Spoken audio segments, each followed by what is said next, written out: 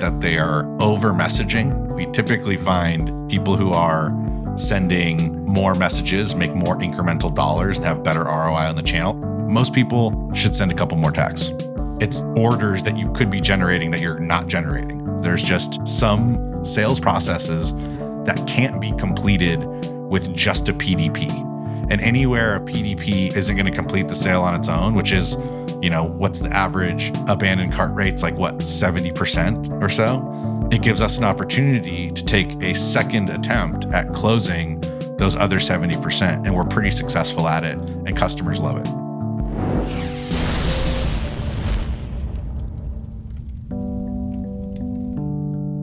Mike, welcome to the DTC Podcast. Today we're talking about SMS. I think it's a topic our audience has sort of an endless appetite for. But you're an OG in the SaaS game, and you've been in this SMS space for 3 years. Talk a little bit about your background, and then I want to hear, in your 3 years going deep in this SMS world, what do you think is something that people still don't fully understand about the channel? Yeah. So, starting with the SaaS part, I've been in SaaS my entire career in B2B software.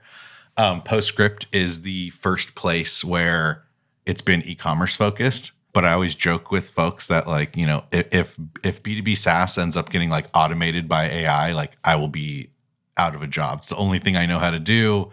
It's the only thing I've done for my entire career. So I hope that B2B software continues to be a major growth industry. Transitioning to Postscript from a B2B SaaS environment, I had spent time in SMB and enterprise.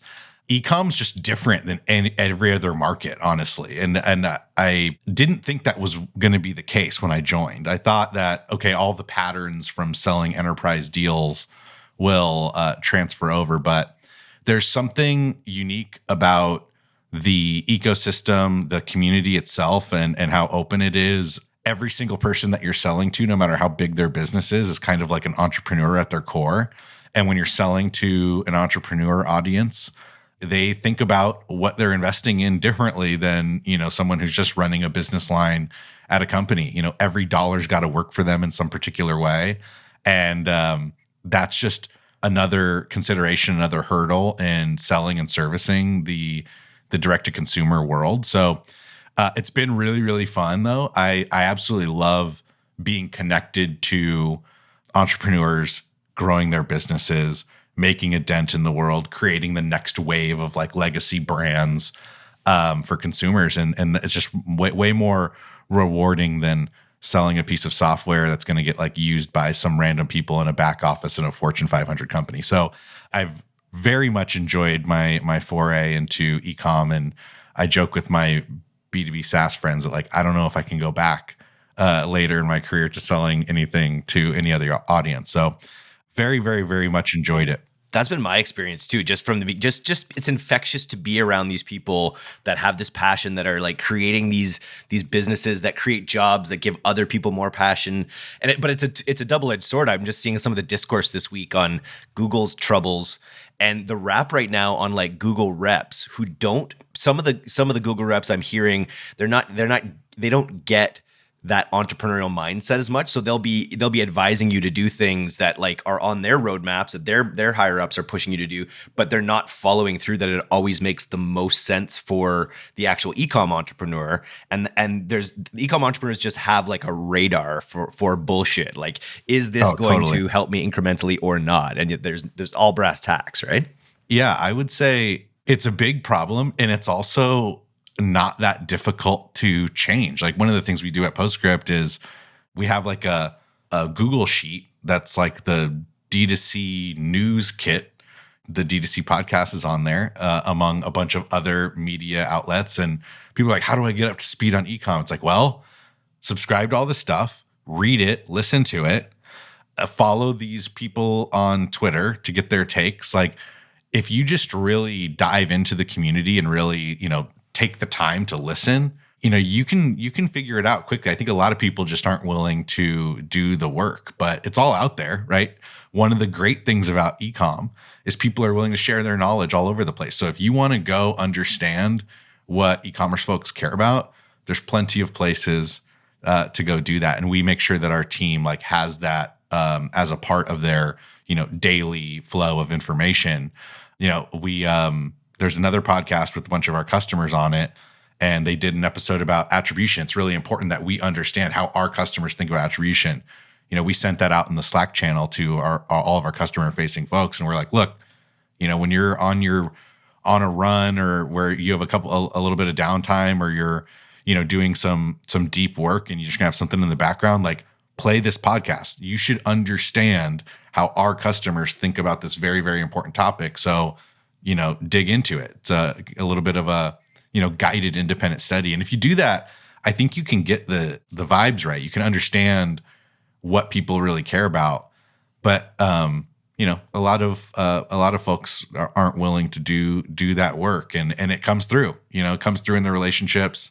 You end up feeling disconnected from your vendors or from your partners, like they don't really understand you. And I think it's on us as the vendor class to make sure that we are delivering value to our customers all the time, and that requires us to understand what they care about most. 100%. I go way back with Alex. He's been on the podcast. He spoke at a mastermind I did in San Diego in 2019, way in the early days of Postscript. SMS has come a long way. So back to that original question there, what's something that you think that e-com entrepreneurs out there, that not all of them, are still fully grasping about SMS as a channel? What's a mistake you'd correct? Yeah, the number one thing that we get from people is everyone is worried that they are over messaging. But what we typically see is that most people are under messaging. And I think it has to do with the fact that everyone gets texts. It's like their most personal channel. So people are, marketers, business owners, we all have a tendency to like project our preferences onto our market. And that's not reflected in the data. What we typically find is that, people who are sending more messages make more incremental dollars and have better ROI on the channel. Obviously, there's an upper limit to that. And we could talk about like, how do you settle into what's the right sweet spot for your brand? We have a whole framework on that. But yeah, people are underutilizing the channel because they're massively under messaging to people who are giving them their phone number. It's super interesting because it's also it's not always what our own preferences are, because like most of us as marketers are kind of banner blind, or we respect the hustle, we respect the game. And so even when it's okay that, if we're saying that's too many texts, we're probably not acting like that. We're probably not holding any ill will to brands that are a little bit more on the aggressive side. And maybe Totally. We're assuming that the average person would be, but that's not really what the data is saying. Yeah. And I also think, if you think about what it takes to get someone on your list in the first place, like, first of all, they have to do one of a whole range of double opt-in agreements. So it's not like email where someone just like puts a email in there and you just start, sending them an email twice a day forever. They have to subscribe, confirm their subscription. You have to give them the option to opt out, which they can do by just saying stop at any moment. You have to remind them of that. There's so many more preferences and compliance angles to SMS that are customer centric. They're consumer centric. And so if everyone who's there chose to be there, and everyone who's there is being reminded constantly that they can get out of it at any moment by just texting back a four letter word.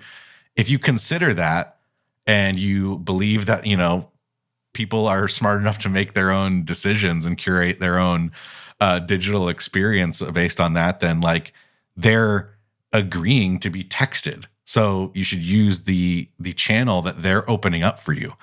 I would argue that consumers are more in control of what they get or don't get as it relates to SMS compared to any other channel. They have more control over it, and that's by design. And so, yeah, I just think that if you consider those factors, you shouldn't be afraid to message people because they can always stop getting text from your brand at any time that they want. Talk about the example that you have from Jones Road Beauty, Cody, friend of the podcast, top D2C, actually, no, second top podcast of all time with Cody. But talk a little bit about that example you have where they literally did a test on incrementality and how sending more messages actually got them more money. Yeah. So Cody is a great operator. He's one of the, I think, more data-oriented folks who are using, not just SMS, but all channels.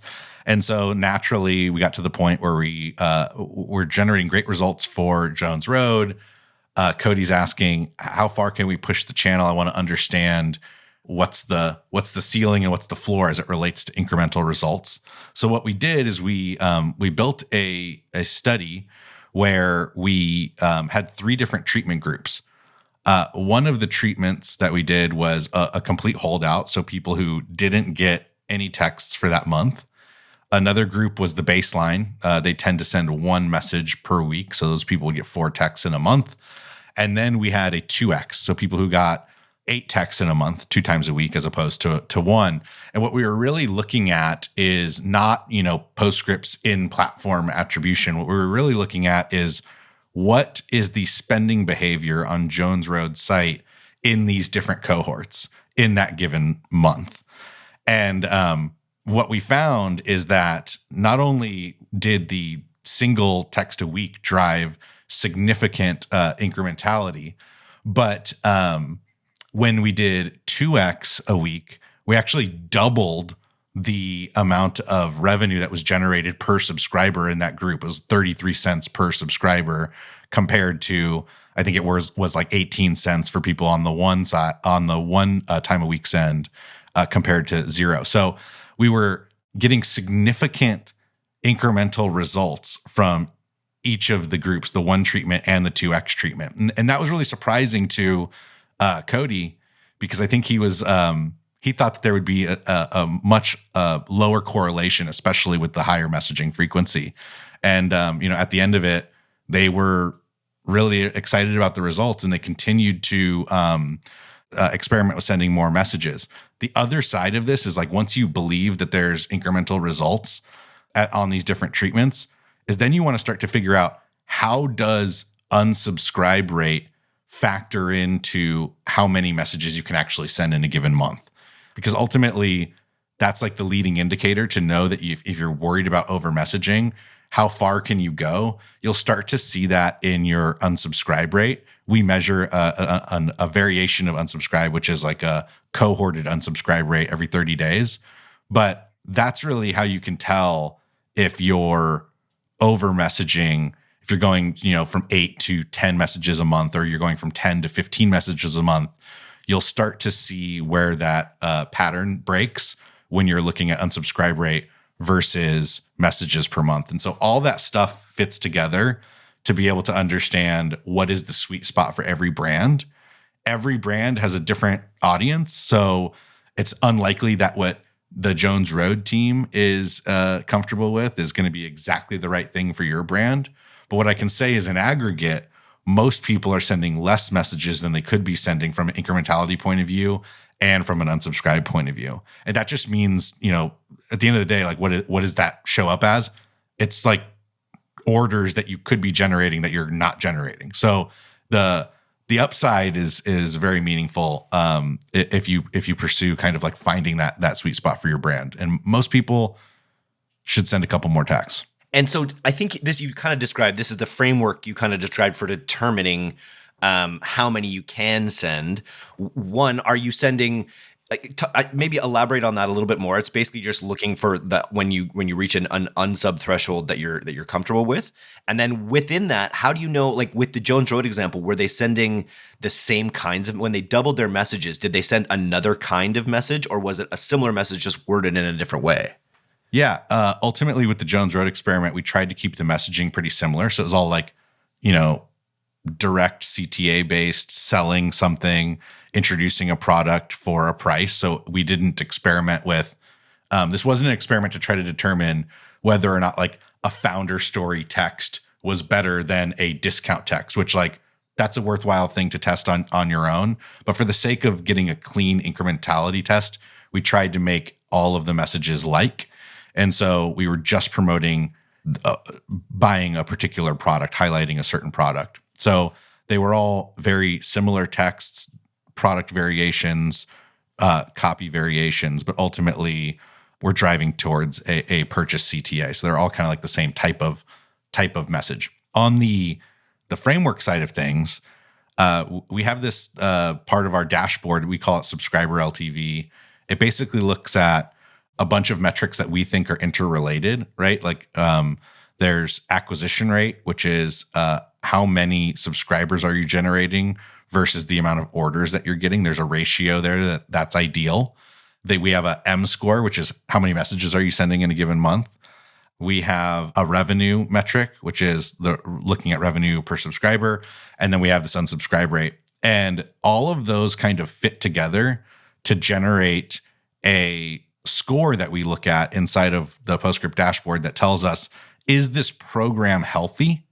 And if it's not healthy, which of those metrics are the ones that are out of whack based on the benchmarks that we see of our best customers in our app? So this is like a way to like learn from the collective knowledge and the collective results that we're seeing across the huge range of Postscript customers. And so that allows our team to make very strategic recommendations to folks about how they can generate more revenue and create a healthier program. But it also lets brands take a look at the dashboard themselves and see where they might want to push the envelope a little bit.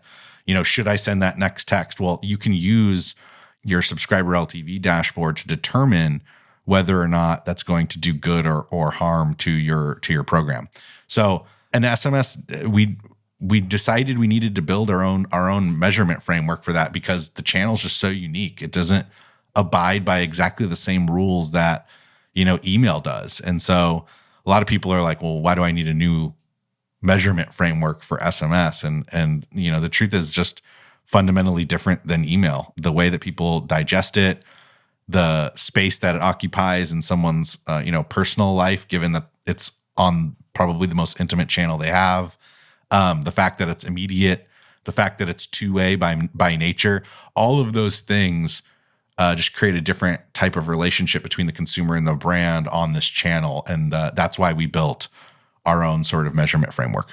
And it's just such a super potent channel. I do podcasts with our retention team all the time, and they're a very Klaviyo focused agency. And there's just so many things going on with Gmail intermediating the box, the spam rates change, the spam rate thresholds changing. It still feels like SMS is such a huge opportunity when you look at how fraught the email world is and is becoming.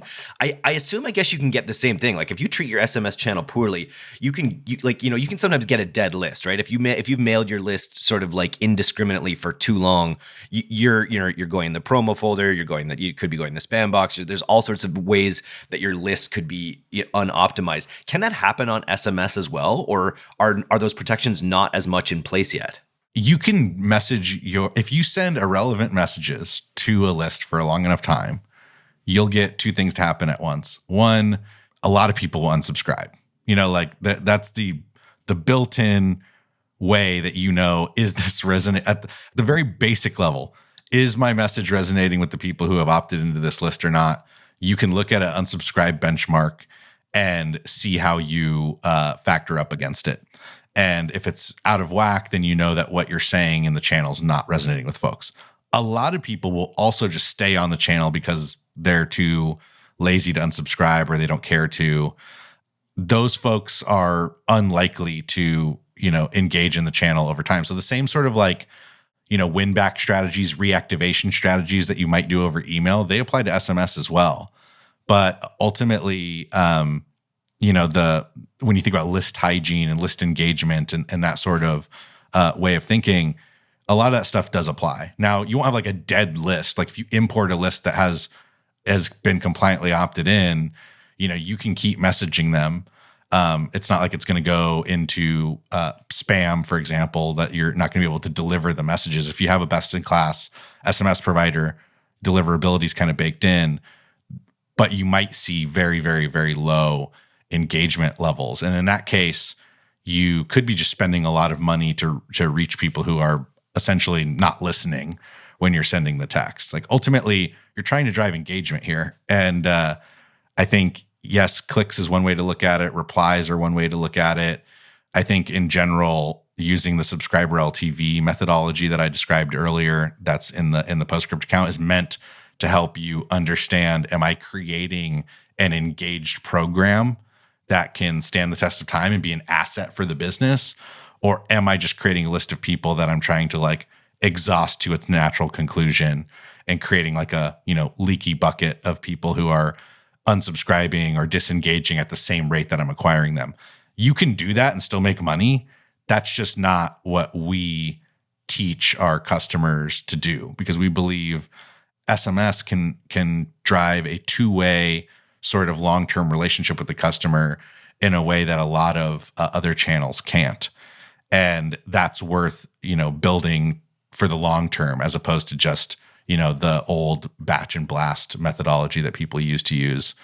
So that's kind of like how we think about it. But yeah, I mean, our best customers are cleaning their lists. They're doing win-back campaigns, reactivation campaigns, and when people aren't engaging with that stuff, they're pulling them off, and they're focusing on engaging with people who do want to get their texts. And I think that if you're trying to maximize ROI, that's a good practice to be in, similar to what you would do with email.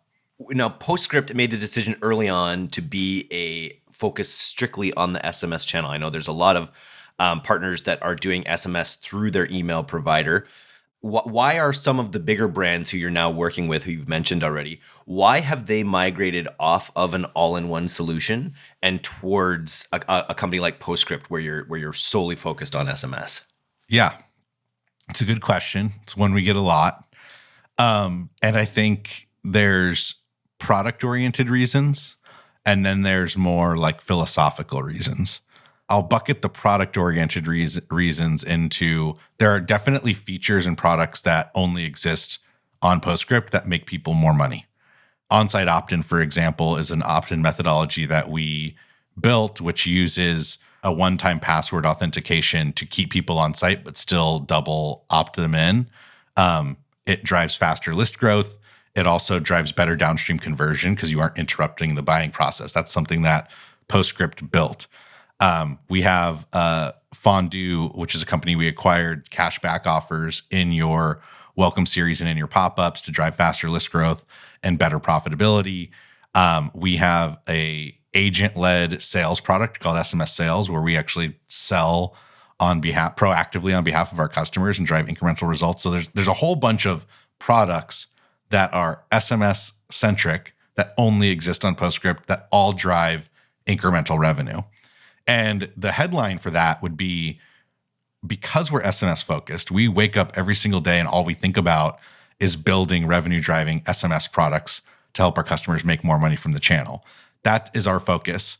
Now, when you think about the other folks who have SMS offerings, who are ESPs or retention players or whatever they do, a bunch of different things that they're shooting for, their focus when they're building their product is not 100% laser focused on SMS as a channel. And so, as opposed to the way that we're approaching building our platform. And as a result of that, we tend to have the latest and greatest stuff that's possible on SMS on Postscript. One of our goals when we're building product is to invent the future of SMS. And so I think like that's something we deliver on, that we want to continue to deliver on. And so there's tons and tons of things in our product that either don't exist anywhere else or exist on Postscript well before they exist in other places. Now, the philosophical thing that I would say is it's kind of related to that focus, but because our entire team wakes up and thinks about revenue driving SMS strategy for all of our customers, we deliver better strategy and better service on the channel than anyone else. And I feel very confident saying that. I think the reason that large 9-figure brands like Jones Road and True Classic and Ridge and Dr. Squatch, Hexclad, et cetera, why all those folks have decided to move their programs to Postscript is really because at that level where you're trying to have a best-in-class program, you need a real partner who's waking up and thinking about SMS every day. And that's exactly what Postscript delivers. And I think if you asked any of those folks why they've switched to Postscript and what they think about it, they would probably say that the partnership with our team is very, very important to them. And they feel like we're an extension of their team and we're treating their dollars like they're our own. And yes, all the features help make that more real. But ultimately, people are seeking out partners that can grow with them and that they can trust over the long term. And that's what we aspire to be. And I think over the last 5 years, we've built a good reputation for ourselves. And that's why those brands have decided to move their programs to us. Is there's real partnership, there's incremental revenue to go get, and they know that they're going to have the best future-proof products by partnering with us. And so those are really the main things I think people are seeking out when they choose us.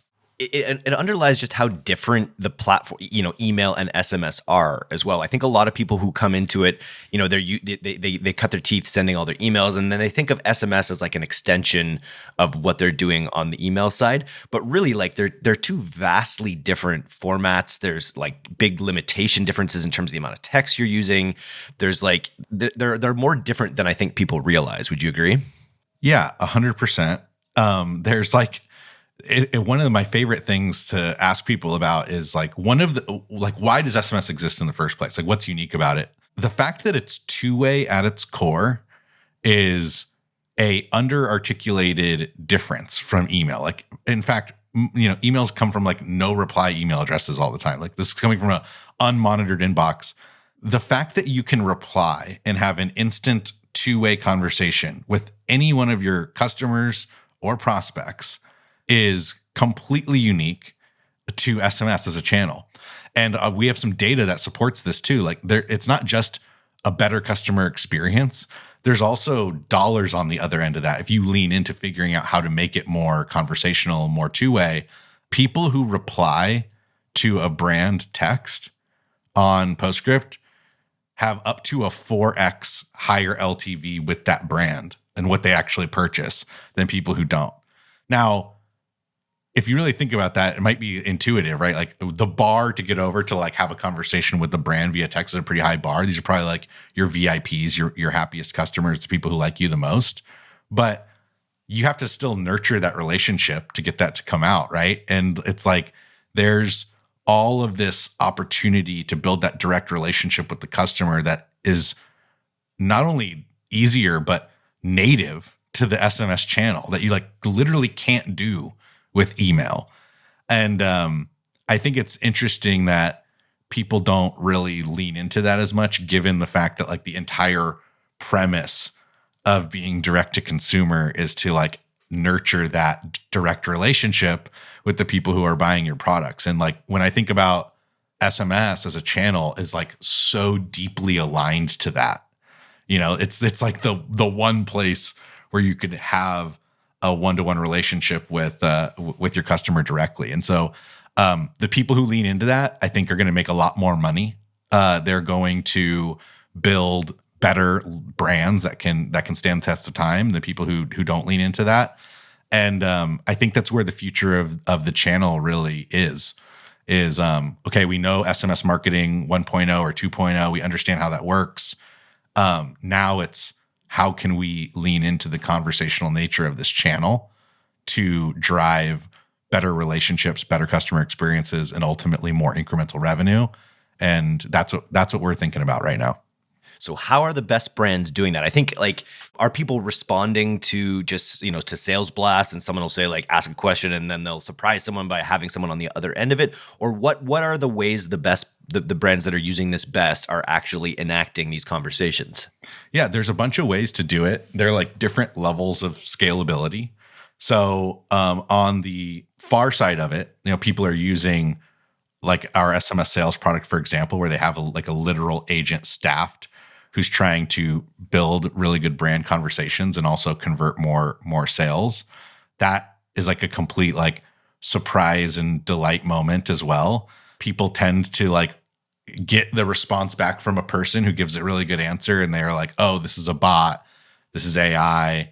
And then when we say, actually, it's not, like we'll like send a picture of ourselves like, hey, like this is so-and-so, texting on behalf of Dr. Squatch. And when people realize that it's not a bot, their like mind is blown. Like it's like and then you have this super rich, amazing conversation with somebody that they're going to remember, they're going to tell their friends about, which is like, the point of doing a lot of the marketing that we're doing, right? Like we're trying to stand out, break through the noise, command some attention. So that's like the one, like the extremely leaned in version of that. The programmatic version is using the SMS marketing platform to drive conversational flows programmatically where people can respond. We use a matching algorithm to be able to like send them down a journey based on things that they say. So the best versions of that are people who are doing like a quiz via conversational flow. Like, hey, I want to make a recommendation to you. Tell me, do you have like dry or oily or mixed tone skin? Person can reply, that can send them down an automated journey that feels conversational on the other end. So it doesn't have to be great. Now I have to hire an agent to be able to do this, even though that's probably the best way to delight the consumer. You can do it programmatically and still offer people a differentiated experience over the channel that they live in the most and get a lot out of it. Also you can collect all of that data from the conversation as zero-party data back to the customer profile too, to use in future segmentation. So again, conversational is worth it. It not only drives more revenue, but it tells you a lot more about your customers, gets you closer to them, gives you data you can use in future segmentation. It creates deeper relationships, better customer experience. There's a whole host of things that you can do that really lean into what makes SMS special in the first place. If you're just going to use it exactly like email, you send an email, you send a text version of the email 10 minutes later to a whole list. Like you can do that on Postscript, you can do that on all the providers. Will you make money at that? Probably. Is it going to be like a really important channel for your brand if that's all you're doing with it? Like, I'm not so sure.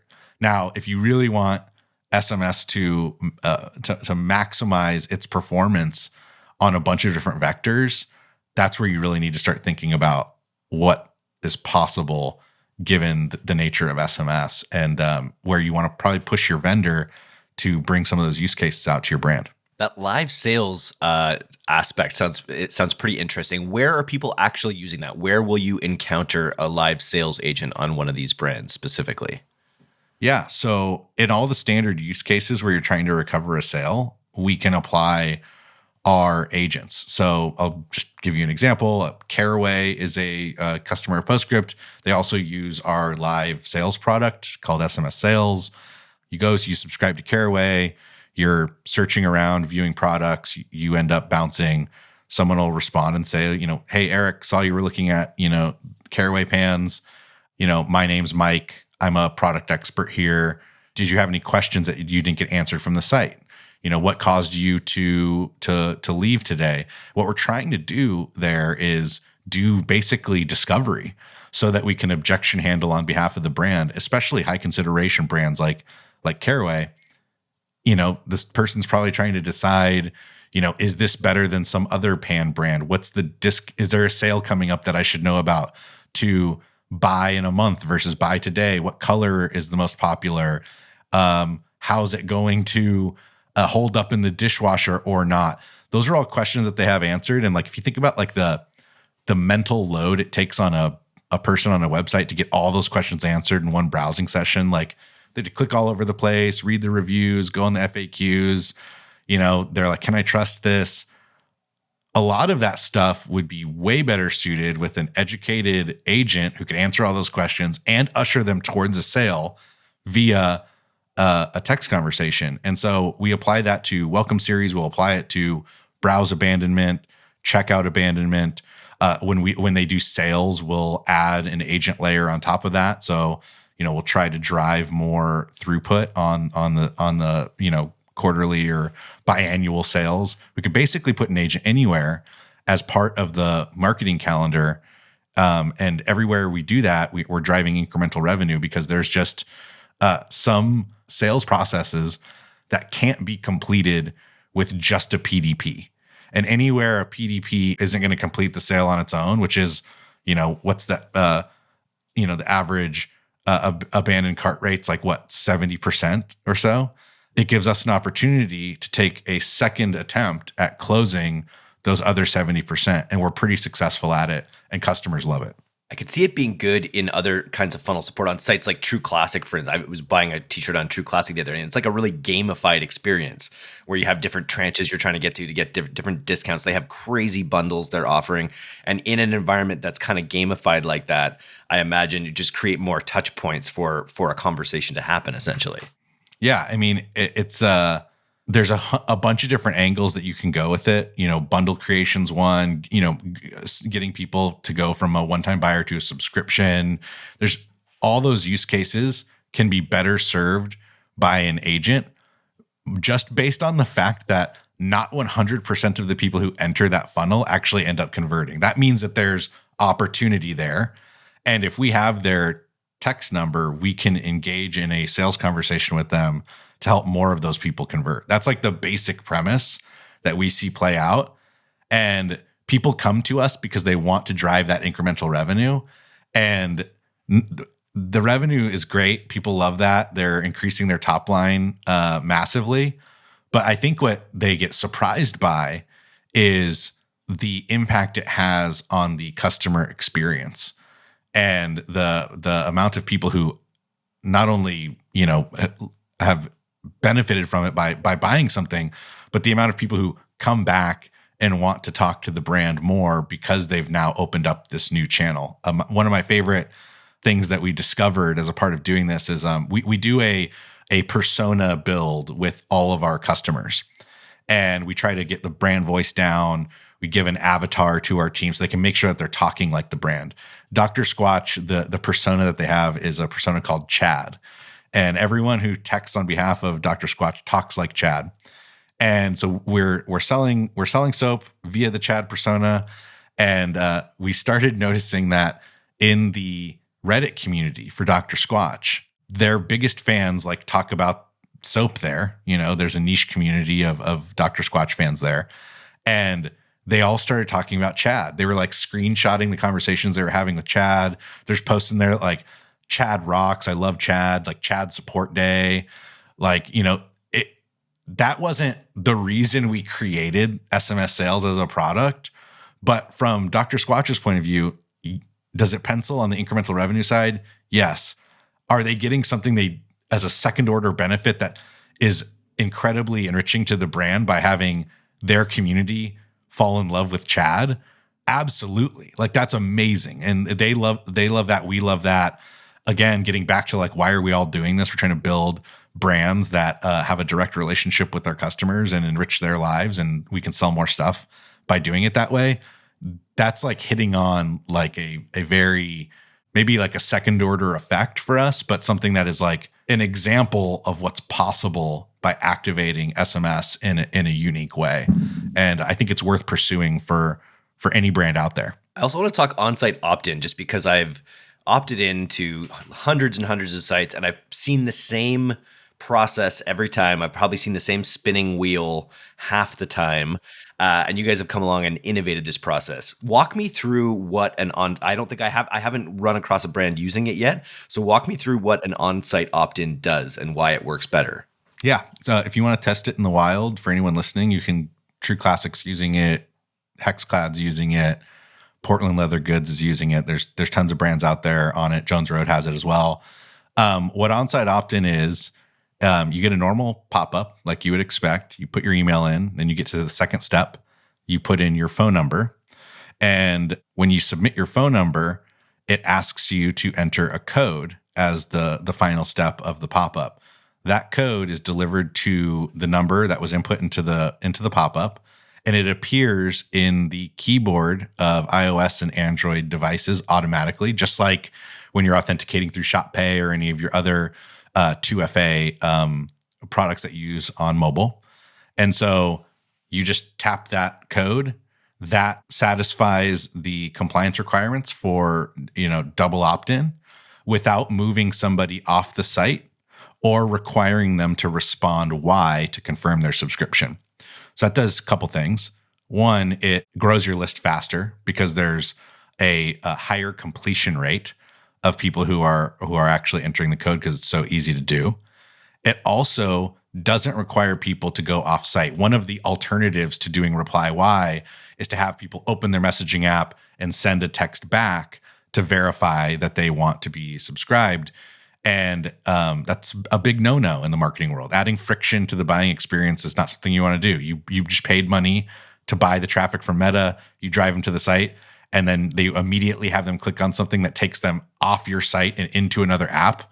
That's not what we think people should be doing. And so because on-site opt-in doesn't require people to go off the site to complete this double opt-in process, we actually see better downstream conversion rates because we're reducing friction in the subscription process. So grows your list faster, creates a more seamless experience for the consumer, drives better downstream conversion.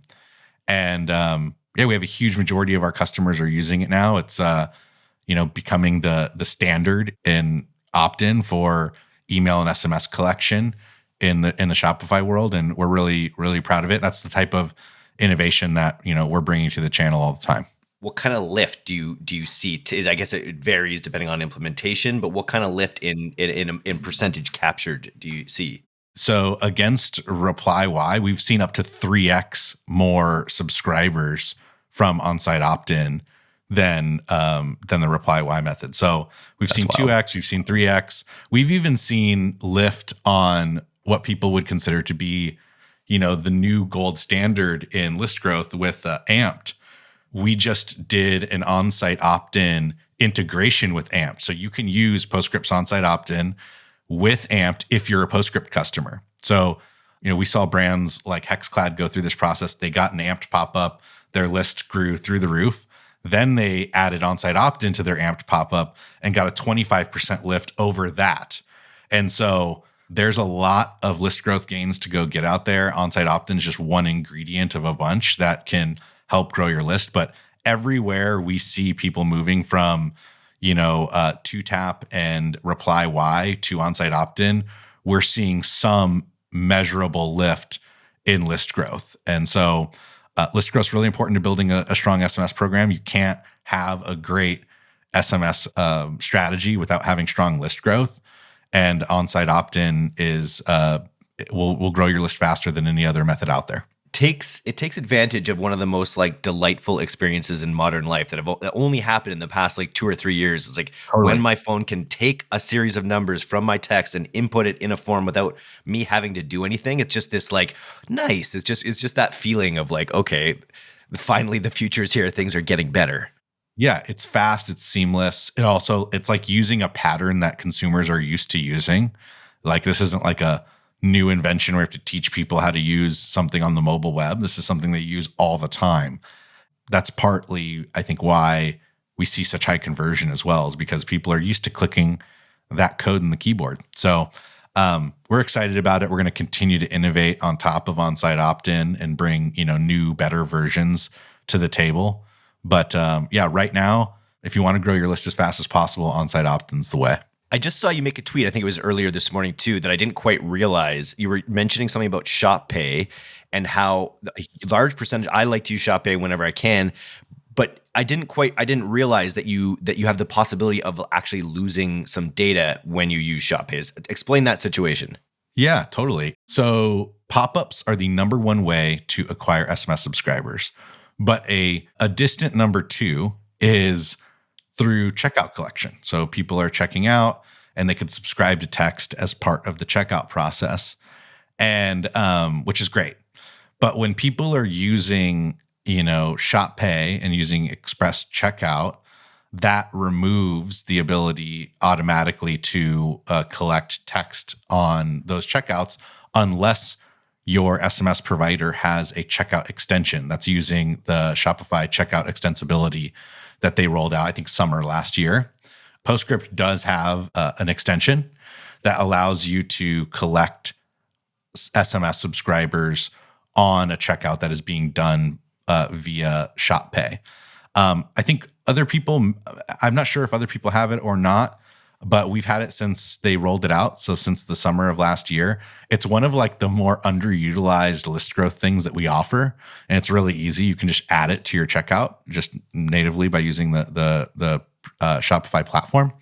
It's just a lot of people either haven't upgraded and probably should, or a lot of people just haven't added the extension to their checkout, which they definitely should.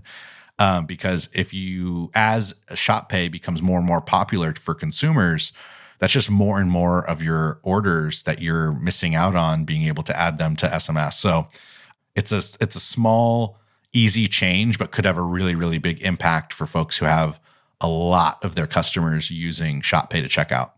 You mentioned, when a brand comes on, how you guys like to direct them, or you give them the philosophy, you give them a little bit of how you understand the playbook. We're towards the end of the podcast here, but I'm curious if you could walk me through a little bit of a sketch of what that where are the areas that you have new brands coming on focus first? A lot of people who are coming on to Postscript are moving from other platforms. And so, like, as part of our onboarding process, what we're trying to do first is to take what's good about their program and get that onto Postscript while we're making our strategic changes. So it's kind of like, okay, migrate this program to Postscript and add our recommendations into that migration off the top. And then what we do from there is what we're trying to do is find the different benchmarks that are good for a brand through an onboarding process using our subscriber LTV framework. So as an example, one of the metrics that we look at is messages per subscriber, which is the total messages that get sent over the past 30 days divided by the total number of subscribers. That's how we get to that metric. We use that in concert with the retention rate, which is the D30 unsubscribe rate that we look at. And what we're trying to do is find that sweet spot. So an example would be, as part of our onboarding, we'll start with like 3 messages a month and move to 5 and then move to 8. And what we're trying to do is graduate people out of our onboarding program with green results across all of those metrics. And so our onboarding can be really, really quick for a very mature merchant who's already doing very good stuff over SMS because they might have A++ program. And for people who have room to improve, we use our onboarding process to get them to green across of our benchmark metrics. So we can, like, quote unquote, graduate them into our normal, like, ongoing strategic program. But ultimately what we're trying to do is figure out what's unique about that brand and their audience over this channel. And that requires us to do some experimentation across our messaging framework that we use. And our goal is to get everyone green across the board and then, get them onto ongoing strategy. The onboarding's pretty bespoke that way. Our goal is to get everyone off on the right foot and feeling good about the results and ready to go find new incremental revenue. But you got to create a really strong baseline to be able to do that. And then ultimately, you want them to create SMS as their number one revenue channel. It's a bold claim. Yeah. Do you have some brands who has SMS vying or already is their number one revenue channel? Yeah. It is a bold claim. Postscript's a bold company, so we're excited to shoot for that. We think it's definitely possible. And we think that SMS is going to be a higher engagement channel in the future. So what we're investing in now is only going to pay dividends as time goes on. If you're a brand, you should be thinking about that when it comes to what channels you're investing in. And we do have brands that are making more money over SMS than anywhere else. A very notable example is Dr. Squatch. They make more money from their SMS program than they do from their email program, even though their email list is 10 times as large as their SMS list. And that's a result of them taking the channel very seriously, leaning into what makes it special, and really trying to cultivate a relationship with their customers and deeply understand their customers and bring that to text. As a result of that, text is a channel that they make more money from compared to their other retention and owned channels. And that's a testament to the sophistication of the program that they built. So people got to go to postscript.io if they want to learn more. Also, you've got a lot of great personnel. You got to follow Alex Beller just for he's a bit of a scion in the industry. I've really enjoyed his journey, his conversations he's been having in public. Follow you as well, Mike. Where should people follow you? Yeah, I'm at Mike Manheimer on X, as it's called now. You can find me on LinkedIn. DMs are open, so if you have SMS questions, hit me up. My email's easy too. It's just mike@postscript.io. And I would love to talk to anyone about anything SMS related. If you're interested in learning about how Postscript can help take your SMS program to the next level and you want to partner with the best in class provider, you can find us at postscript.io, and we'd love to hear from you. Let's go. Are you going to be at any shows in the next few months or through the summer? You got any shows you're planning? We're trying to come out of our shell at DTC, so we're going to be at some shows this summer. Yeah, we'll be at Grow New York this summer. We'll be at The Lead in New York as well later this summer. And we generally are all over the place. So like we attend or put on like 50 events a year. So if you are out at a e-commerce or direct to consumer focused event, there's a good chance there's a Postscript person there. So hit us up on Twitter and we'll make sure to get connected. We'd love to meet people face to face. Nice, man. Well, great chatting with you, and let's stay in touch. Yeah, awesome. Thanks, Eric.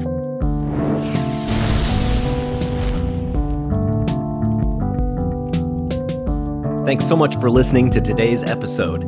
If you're not a subscriber to our newsletter, you can do that right now at directtoconsumer.co. I'm Eric Dick, and this has been the D2C Podcast. We'll see you next time.